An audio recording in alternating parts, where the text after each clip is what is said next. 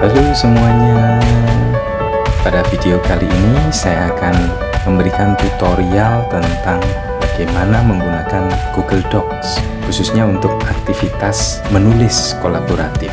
Hal-hal awal yang kita perlu tahu adalah bagaimana membuat dokumen, lalu bagaimana menata dan mengarsip dokumen, dan yang ketiga bagaimana membagikan link serta mengatur peran dari orang-orang yang akan terlibat di dalam menulis itu. Kita sering melihat simbol seperti ini ya, mirip dengan ikon Microsoft Word ya. Ini adalah ikon Google Docs yang juga disebut cloud-based document, artinya berkaitan dengan penyimpanannya di internet, tidak memerlukan penyimpanan di komputer kita atau di device kita. Jadi ini memberikan fleksibilitas akses terhadap data tersebut. Kapanpun kita membutuhkan, kita bisa membuka itu asalkan ada akses internet. Jadi kalau kita mau membagikan link itu kepada orang lain juga akan mudah, karena siapapun bisa ikut mengakses dokumen itu dengan sebuah link. Inilah yang memungkinkan untuk terjadinya suatu kolaborasi dengan banyak orang. Nah, yang kedua, Google Docs sebenarnya merupakan suatu Google version dari Microsoft Word dokumen ya. Kita sudah mengenal membuat dokumen, mengetik, membuat laporan, dan lain sebagainya dengan menggunakan Word dokumen ya, versi Microsoft. Kalau versi yang Microsoft membutuhkan penyimpanan di device kita atau laptop kita. Tetapi kalau Google Docs penyimpanannya langsung di internet. Nah, sebenarnya apa sih kegunaan dari Google Docs? Tujuannya adalah untuk membuat dokumen ya. Kita bisa membuat berbagai jenis dokumen, mengetik di sana. Juga banyak fitur-fitur yang ada pada Google Docs yang mirip dengan apa yang ada di Microsoft Word ya. Kita lihat bagaimana cara menyiapkan Google Docs. Beberapa cara untuk memulai adalah melalui Google Search ya. Ketika kita Google Search, maka di pojok kanan atas ada tanda kotak-kotak di sebelah sign in. Kalau diklik akan muncul banyak fasilitas atau menu yang aplikasi yang disediakan oleh Google ya. Salah satunya adalah Google Docs. Di sana juga ada fasilitas yang lain, Google Sheets, Google Slides, dan juga yang lain. Klik saja Google Docs, maka kita akan diminta untuk masuk di akun kita. Atau cara yang lain yang bisa kita lakukan adalah tidak melalui Google Search ya, tetapi melalui URL-nya. Langsung diketik di URL-nya. Docs akan muncul docs.google.com. Kalau diikuti, kita akan diarahkan masuk ke akun kita. Ya, kita masuk aja pada akun kita. Nah, ini sudah masuk. Nah, kalau kita mau mengakses fasilitas yang lain, klik aja di sebelah sini. Nah, akan muncul aplikasi yang lain yang juga bisa kita akses ya. Kembali ke Google Docs, klik aja tanda plus ini, blank. Atau kalau mau memilih format-format yang sudah ada, bisa kita pilih ya. Misalnya format resume, format surat, format proposal, format brosur, juga ada format laporan. Sama ya dengan Microsoft Word dokumen.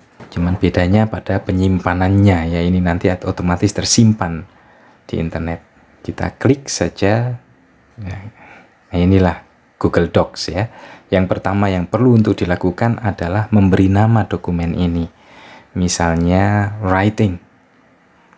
Nah, kita juga bisa memberi tanda. Kalau kita lihat di sebelahnya itu ada tanda bintang.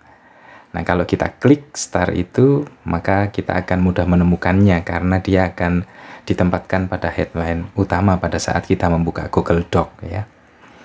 Nah, lalu di sebelahnya itu ada tanda folder move. Itu berarti kita dibawa ke Google Drive. Kita bisa mengatur folder-folder itu melalui setting yang ada pada Google Drive. Nah, kita pun juga bisa menambahkannya di sini ya, folder-folder baru. Nah, kini kalau kita sudah menyimpannya, menempatkannya pada satu folder, kita sudah tahu posisinya di mana ya. Kalau di Microsoft Word dokumen kita merubah nama, maka kita save as menjadi dokumen baru, nama baru. Kalau dengan Google Docs, maka kita bisa klik aja pada namanya ini, kita bisa ganti-ganti. Cukup efisien ya, cukup fleksibel. Yang kemudian kita perlu tahu adalah untuk menulis secara kolaboratif, kita butuh memberikan akses kepada orang lain supaya dapat mengakses file atau dokumen yang sedang kita siapkan ini. Nah, sebelum di-share bisa kita tulis dulu ya judul dari tulisan yang akan kita tulis bersama-sama. Nanti pun judulnya bisa kita revisi lagi bersama-sama. Untuk membagikan link, klik saja share yang ada di pojok kanan atas itu yang bersebelahan dengan profil kita. Kita bisa membaca private to only me. Ini berarti hanya kita yang dapat mengaksesnya. Untuk melakukan setting bisa kita klik lalu kita get link. Nah, di sini ada copy link. Nah, kalau kita lihat di situ masih tertulis restricted. Ya. Jadi masih dibatasi, hanya kita sendiri yang bisa membuka itu. Kalau kita klik restricted, maka akan ada pilihan yang bisa kita setting. Ya. Ada anyone with link, lalu kita viewernya juga kita setting, tidak hanya viewer tetapi juga ada komentar ya. Nah, kalau seperti ini, jika kita copy link, maka orang yang menerima bisa melihat dan juga bisa berkomentar terhadap tulisan kita. Nah, kalau kita ingin mereka juga tidak hanya melihat dan berkomentar, tapi juga sama-sama menulis, kita bisa setting editor. Nah, anyone with the link, tidak lagi restricted, lalu di sebelahnya ini tertulis editor. Nah, kalau seperti ini, jika kita copy link, kita bagikan lewat WA, sosmed, atau lewat Facebook misalnya, maka mereka yang mengakses link ini, mereka juga bisa melihat, berkomentar, dan bahkan juga bisa mengedit dokumen yang kita siapkan tadi. Nah, ini tadi gambaran mulai dari membuka, menyiapkan file, lalu mempersiapkan file untuk siap dibagikan, menata, mengarsip, sampai pada men-setting peranan dari mereka yang akan terlibat. Sekian tutorial saat ini. Terima kasih.